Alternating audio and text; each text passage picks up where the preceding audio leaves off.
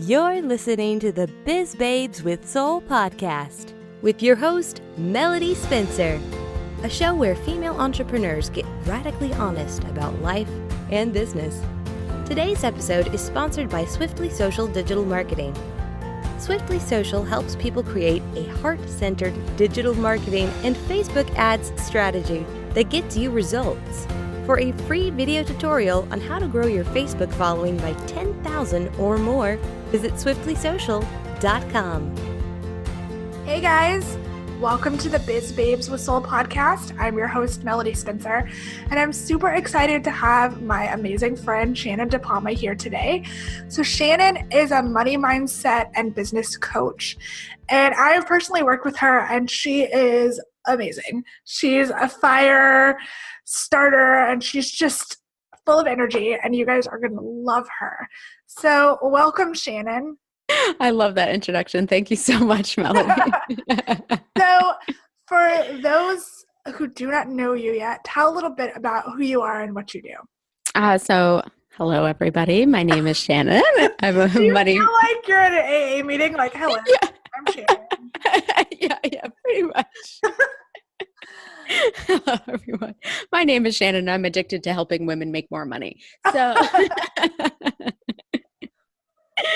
I help women make more money by fixing their mindset, aligning their business model, and finding more joy and pleasure in life. So I'm on a mission to help women make more money in the world. And that's pretty much what I do with my business and business coaching. That's awesome. So let's backtrack. How the heck did you get here? Oh yeah, this was a very long journey. I actually started with flowers. So my first business was a wedding flower business that I built and sold within 2 years, which I'm pretty proud of. So I built and sold that business, and then I was like, "Oh, I love this like coaching world. Like, what is this all about?" And when I sold the business, I had the intention of going full-time with my coaching business. And I started out just specifically coaching wedding professionals. And then once I started coaching them, I started to realize like, oh, I want to help, I love talking about mindset. I can really get these people to talk about money a lot. I don't really want to talk about social media anymore. So I started then changing my niche, changing my message, changing the direction of my business. And then what happened was I went all in on money programs. So I took any program that was about money. I went to events about money. I read multiple books about wealth and money. And that completely changed my business by far, like changed everything for me. So where I went from struggling like within that first year of making only like $30,000 in my coaching business, it was like now I'm already hitting six figures. And I was like, in the second year, and I was like, this is crazy, all around money, just basically fixing my money relationship. And that's how I got here. Wow. That's a lot. Like, I think probably I'm sure we have lots of listeners who are pretty new in their businesses, and they're like, you created one business and then you created another one. I can't even start one. Yeah, I've been there. I've been where like, you have lots of ideas. Like before actually starting the flower, I feel like there's always that incubation kind of period where you're kind of just in, you're looking at things, you're having ideas. Because before I started the flower business, I had started an Etsy shop. So I had started, like dabbling kind of in the online world and in business and kind of dabbling with those things, and then it's like, once you make that decision of like, this is the way my life is going to go. This is the direction I want my life to go is in this direction. And once you make that decision, that's when things become more serious and like more successful. Yeah. Mm-hmm. So what gave you the courage to just be like, okay, I know I'm really successful at this one business. Let me just go in this whole other world. Did your husband think you were crazy? Well, everybody I think up until that point had like just looked at me as like Shannon just hops from thing to thing to thing. I had kind of always had that reputation. I had changed my major like 6 times in college. I had started dabbling in like an Etsy shop, then started a flower business. Now I start, then I went into this online coaching world that, nobody had any idea about. So I feel like by that time, most people weren't shocked. They were just like, yeah, of course she's going to and now do something else. But I think it was just really like, I feel like there wasn't a choice almost. Like when you become so passionate about helping women, because my college degree is actually in counseling and it's in addiction counseling. And Wow. I did that for a little bit out of school. And I had, I did that for a little bit, and that's when I had started dabbling in Etsy when I was working as a counselor. And I was like, I really love helping people. Like I love helping people, but I also love business. Like I love looking at how to grow my business, how to scale it, how to make it successful, So if there was a way to combine both of them, I would, do it in a heartbeat. So then, finding this coaching world, I was like, wait a minute, you're telling me I can, live wherever I want, help women, also talk about business, and like do it from the comfort of my home without having to commute somewhere and make good money. Like no choice. There's no choice then. It's just, this is what I have to do. Like I have to do this with my life. Yeah. Yeah. That's incredible. I feel like I'm sort of the same. Like once I figured out like, oh, I could do this on my own, like there's no choice. Like I have thought about going back to a regular job many times at my lowest points, but there's just something in me that I can't give up. That's just not in my DNA. Yeah. Yeah. It's your little like fire, I introduced me with the fire. Like it's that little fire that kind of burns in all of us. That's like, I cannot put out, it's kind of like, I can't put this flame out. Like, even if I went and got a job, or even if I went and did this other thing, that flame would still be in there, almost like gnawing at you. Like, you still have this thing that you really want to pursue. So if you have that within you, you don't have a choice. You have to pursue that thing. Like you don't have the choice of going to work a 9 to 5 and being fine with it. That's not for us. It won't work for us ever, And I think personally, the reason I had so many shitty jobs time after time after time was because I was unfulfilled, because I knew there was something more, but I was too scared to take that leap. And it was until I did that and I was like, oh, okay, I get it. I get it now. It's like, I think the hardest part is doing something different than everybody else. Like, it's like nobody's ever scared to get a 9 to 5, right? Like, none of us are scared of that because we've been programmed to think and believe that, that is safe, that is normal, that's acceptable. The entrepreneur route, on the other hand, is just kind of what we're programmed from family and society and things like that, that is really scary, that's really risky. And it is, that there's some truth to that, sure is. But if we can get into the mindset that it's just as scary to put your whole life into something that doesn't fulfill you, to put your entire time, like I like to think of it this way. When I married my husband, and people are always like, you guys, he works at home too. And they're like, you guys both stay at home with each other. Like, don't you want to kill each other? And I'm like, I didn't marry my husband so I could work in an office with like Karen all day. Like I didn't marry Karen, from the office. Like I married my husband so I could spend time with him, So to me, it's much more scarier to put your entire life and hours and hours. A majority of your life is spent in 9 to 5 in an office. And it's much more scary to know that like my time is being spent there with something that I'm not passionate about with other people, instead of being able to pursue something I'm passionate about while also spending more time with my family. Like, yeah, no brainer. Yeah. Yeah. So what is it truly like working with your husband day in and day out? Well, he has his own stuff. So we don't work together specifically. That's good. That's good. Yeah. Because so I was just at a conference and one of the speakers was talking about like, a lot of women who are successful entrepreneurs, a lot of women who are, driven, they just assume their partner is on the path with them. And I had realized that I had never asked my husband, like, he's always like, yeah, I'll support you. But I've never been like, what do you want? Like, Mm. are you fulfilled in your job? And it was a really eye-opening conversation. So I've been asking other women that, like, do you talk about that with your partner? Do you just assume they're on the road with you? I just think it's such an interesting thing because we are all, by we, I mean female entrepreneurs, are a pretty driven, like, go-getter kind of crowd. And I think a lot of us just go, I'm doing it, whatever, F you, like. I think this is such a good question because this is actually something I talk a lot about with my clients and I talk a lot about in my marketing because I find that relationships to women are some of the most important things and some of the biggest reasons why we're not making the money we want to make, right? Because of making other people around us uncomfortable, maybe making your husband uncomfortable if you make more money than him, right? So there's a lot of pieces at work when it comes to women making more money, is like specifically to the relationship that she's having with her spouse at the time.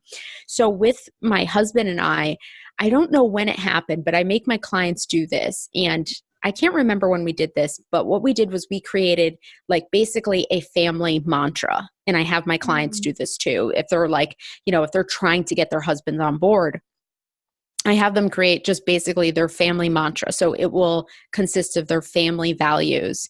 And for my husband and I, it's always just been, our big family mantra is being able to have time freedom, spend more time with like our future children when we have them, being able to spend more time with each other, but also not sacrificing passion or money to do so. Like we want to make a lot of money. We want to have our own independent passions and be able to spend as much time with each other as we can. So honestly, my husband was the one, I can say this, my husband was the one that was like, I always put the scenario, like, I'm like, imagine that, you start driving the train towards, this is what I'm doing, right? Like how you were saying, a lot of these ambitious women are like, this is what I'm doing, F you, Yeah. So I always picture it like you're driving the train and you're saying, okay, this is where we're going, honey. Either you get on or you get, off, right? Well, for me, it was funny because my husband was the one that was driving the train first. Like my husband was the one who pushed me to start a business. My husband was the one who's like, you can do this. My husband was the one who was like, always like, you are capable of so much more than what you're doing right now, So he was actually driving the train and he was like, you better get the fuck on, like, he was like, get on. So it's been interesting to see. And now that we're both on it together, now it's like we're both in some way like steering the train together. Like I'm there with him now. And we're both kind of going for the same goals, same dreams, having the same family values, same mantras. So yeah. That's amazing. I love that. I don't remember if I did that when I worked with you, the mantra thing, but now I want to do it because I like that. Yes. Do the mantra thing for sure. I've had like a couple of my clients do some really cute, like they made up really cute ones that were like, this family is based upon these 3 values and this family will always love Star Wars or something like that. They added that stuff too, which is so cute. Yeah. I love that. I love it. Mm-hmm. So I think this will be an interesting topic because I have heard various coaches talk about various things. Mm-hmm. How do you feel about when women say, like when someone says, okay, I want to work with you, but I need to talk to my husband first? Yeah. I mean, I think it's funny because I just wrote a really funny post about this. I don't know if you saw this post, Melanie, but I wrote this post about that said, you wouldn't ask your husband what type of tampons to buy, right? Yeah, I saw that. I loved that. Yeah. So this is my perspective on it, obviously, is that I wouldn't ask my husband what type of tampons to buy because my husband doesn't have a vagina. He doesn't get his period, right? He doesn't know that stuff. If my husband now my husband actually does have 2 successful businesses, but they're different than this online business. Okay. Mm-hmm. Let's say, for example, your husband doesn't have a business. He works a 9 to 5. He loves his 9 to 5. Cool. Awesome. But if he doesn't have an online business, you can't ask him, for permission to invest in your business because just like you wouldn't ask him what type of tampons to buy, right? Because he doesn't know that. He's not going to know what things you need to do to actually grow your business. Should you have a conversation with your husband? Yes, of course, because you guys are both, right? Like you guys both have those values and those mantras. So you both need to be on board, on the train, going in the right direction, right? And on the same page about those things. But I think the difference comes in is when people say to their husbands, honey, do you think I should do this? Do you think I should go with this? Or, I want to do this thing for my business, but I'm like really scared and I just don't know. That's not what you should be asking your husband. You should be saying, honey, I know that the next steps I need to do to become successful in my business is take this step. And I need to take this next step. So what are your thoughts about this? Yeah. I like that reframe a lot because it's not asking for permission. It's saying, this is what I'm doing. Yeah. What do you think? What kind of options do we have? Like, talking it through, like just being clear in your communication rather than being like, can I do this? Can I have my allowance, please?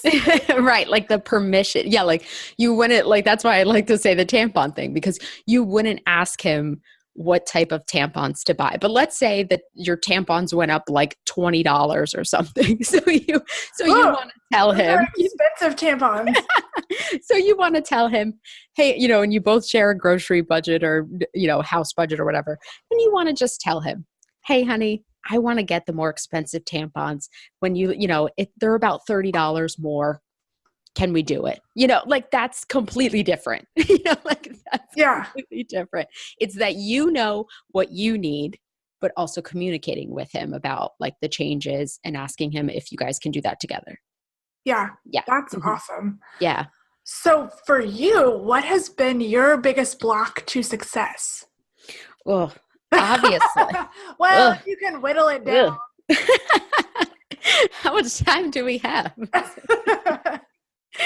I will say one for sure has been my relationship with money, for sure. Because I just look at it like, we come in, there's so much shame around money, right? It's don't talk about money. Don't tell anybody your salary. Don't do this. Don't do that around money. And it's the strangest thing in the world, right? Because nobody is ever comfortable talking about money. But in some ways, what I'll say is everyone talks about money all the time because everyone's always talking about, if sometimes you listen to a conversation with a couple of friends and they're saying things like, it's expensive, I can't afford it, blah, blah, blah. So in some ways, we actually do talk about money all the time, but we just talk about it in a negative manner, So what I have found was that here I am trying to start a business and I am trying to sell something for money and I'm trying to make money, but I felt so uncomfortable talking about money. So I was like, how am I going to make money when I don't even know, like I wasn't looking at my money. I wasn't managing my money. I felt shame around money. Like, how am I going to make more? How am I going to track this thing into my life? If I feel terrified of it, if I feel shame about it, if I feel unsure about it, if I feel, not confident about this thing. So the biggest game changer by far was changing my relationship to money. And that looked like looking at how I was talking about money, looking at what I was believing about money, looking at my bank account daily and not having shame around it. Looking at where my money was going. Managing money for female entrepreneurs is a thing that I'm definitely working on teaching because I see it as a big problem. Like, great, we get an influx of money. I have no idea how I'm actually supposed to be spending this money now. Do I pay myself? Do I reinvest in my business? Right? There's a lot of that stuff too. And it was just like, it was, lots of stuff around worthiness around money, all of that stuff. That was by far just the biggest game changer for me. Biggest block to success was looking at my relationship with money. And I think not enough women do that because, like you said, it's a taboo subject. It's like people say you don't bring up money, sex, and politics. Like people are like, oh, it's scary. And I'm saying that from personal experience, as you know. And it all comes back from the way you were raised, the messages you received, just the way that you've lived your life up until now. And I truly believe if you guys listening, if you can break through that, you can really change your life and you can change your business for the better. Yes. Yes. Yeah. That's what I really feel like it's the biggest block to success for everybody, because it's so funny when you think of like, we'll see something online, right? And say it's like a female entrepreneur who just bought her new Porsche or something. We're like, oh my God, that's so amazing, and then you'll be like out like at Starbucks and you'll see someone with a Porsche and you're like, what a douchebag. I bet they're a terrible person, and then it's like, wait a second, do you want the Porsche or not? Because like your thoughts are saying like two different things here. Like, wait a minute. So let's address the shame issue. Because I guarantee everybody listening has had shame around money.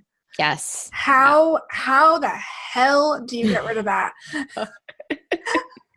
Don't you just love talking about shame at 10:30 a.m. on like a Wednesday morning? Guys, I don't know if any of you have watched Big Mouth on Netflix. Oh, I have. Have you watched the new season? I haven't watched the new season yet. Okay, no, I'm still catching up. Spoiler alert, the new season, there's a guy called the Shame Wizard. Ooh. And he pops up whenever they're in a situation that will be shameful in their life. And so now I just think of like shame as this wizard, this British wizard being like, you suck. Like, everybody hates you. Look how disappointing you are to the world. Like, oh my God, that's so good. Yeah, you've got to watch the new season. Anyway, I digress. How do we get rid of shame and money? I would say for sure, if you have shame around money right now, typically there's some type of story you're telling yourself about how you should be with money, about that it should be this way. So first, what I would do is just change the story. I think as female entrepreneurs, we have a lot of shame that we're putting money into our business, right? Or that even that we're going into debt for our business in the beginning. And I think that it's a very common thing to put money into a business, but for some reason, we feel so much shame because maybe not everybody in our life is doing what we're doing, right? Like I remember being like, oh my God, if my friends knew how much debt I had, starting this business, they would be like, oh my God, you're an idiot or you're dumb or whatever, So I think the first thing is that you're telling yourself a story that isn't yours. Like you're telling yourself values and beliefs that aren't yours. And you're lots of times you're picking those up from friends, family, society, right? Mm-hmm. You have to have a different story because you're on a completely different path, right? Like you can't have the same story as your friend over here who's going on a different path and those are just two different paths. They don't have the same way of getting there, Mm-hmm. So I think that's the first thing. Second is for sure listening to a lot of Brene Brown. There we go. I got it out. I love her. I don't know if you saw that I shared one of her quotes this morning. I love her. No, I didn't. But she's so good, and especially shame. She's helped me get through a lot of shame stuff. And third, one thing that she says is about bringing shame to the light, like shame can only live in darkness. Mm-hmm. So if you are ashamed, that's why like money mindset programs and stuff like that changed my life because I had a place to go, a safe place to go to talk about money. To either talk around, I have this much debt and man, it just sometimes it cripples me and makes me feel terrible or whatever, right? Or I made this much money and I can't tell anybody I made this much money because I can't talk about money with my friends and I can't talk about money with my family, but I'm super excited to make this much money, and to have that safe place to go to start bringing it to the light because so it won't live in the darkness anymore. Yeah. Mm-hmm. That's all incredible. Definitely. Yeah. Yeah, we need to have more conversations. I mean, that's the whole point of this podcast is having more conversations where we just bring that shit up and we're not afraid to say, oh, I have debt. Oh, I have, I haven't been able to pay my bills, or I'm eating ramen noodles or whatever. Like, Yeah. we need to talk about that, because the only way you can get out of that cycle and the only way you can get out of that shame spiral is to let the light in. Right. Yeah. Like actually, like anybody who's listening now, if you have debt, I want you to know that it's okay if you have debt right now. I want you to get on like managing your money, but if you have debt right now, I just want to tell you it's okay. It is okay that you have debt. Like, I love bringing up this scenario and like changing the perception on it is that, people will buy a $40,000 car. Okay. Think about it this way, right? People will buy a $40,000 car. The minute you drive the car off that lot, you'll never see more than $40,000 coming back from that car, right? Your return on investment. Most businesses on average will make a 7% return on investment for like every single year. So if you are taking out a loan and putting $40,000 into your business, that is a smarter investment than putting $40,000 into a car, which will not give you a return on investment, like not even close. So I think it's like reading lots of wealth books. I started to learn about, wait, oh my God, wait. So I've been thinking this whole time, my perception of being rich would to have a BMW or a Lexus. And now I've also been changing that too, to being like, I have like a 99 Toyota Corolla. Okay. I am pulling 6 figures and I drive a 99 Toyota Corolla, but that's because I would rather take my money, put it back into my business, put it back into, hiring another, I just hired another assistant, scaling Facebook ads and stuff like that. I work from home. I hardly drive that car and it's no big deal. I could go get a brand new car today, but that's not important to me, right? Like I want my money to go where my money's going to grow. Like I don't want my money to go into a pit that's not going to grow. Okay. So it's just changing your perception around money is such a game changer, Yeah. And I think it comes back again to that mantra and those values. Like, what are you holding dear in your life, and what is your end goal? What is your why? Because that changes what you do with money, how you earn money, how you think about money. Yep. It really changes that. Yes, definitely. I think that's a huge thing too, right? Like I used to be like that, like if I was successful, I would have a brand new Lexus or so. Yeah, just like the example I said, right? Like I had this perception of, and my husband and I are like, no, that's not really important to us. Like this is what is important to us, and living by those values and those mantras for sure. Yeah. So this has been super fun. And I think everyone is going to be like, whoa, that's a lot of information. That's a lot of value. So where can people find you if they want to continue this conversation and maybe work with you? Yeah. Head over to my website. I got tons of, I now consider myself a blogger / coach. So I have lots of blog posts. I've just like revamped my website. So I'm really happy with how it looks right now. So head to shannondepalma.com and I have just tons of blog posts there that you probably would love to dive into. I would say first dive into the laziest 13K month.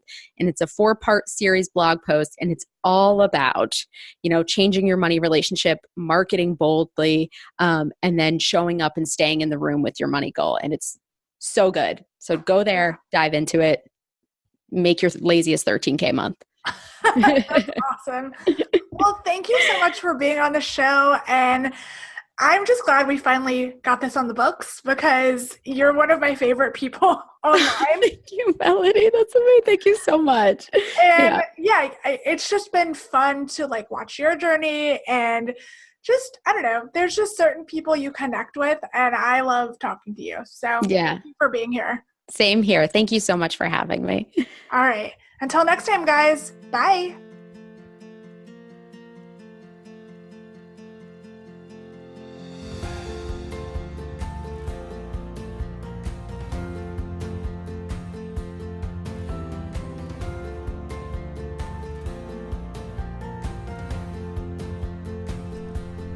Thank you for joining me for the Biz Babes with Soul podcast. Don't forget to like, subscribe, and share with your friends. To learn more about me, Melody Spencer, and the show, please visit swiftlysocial.com.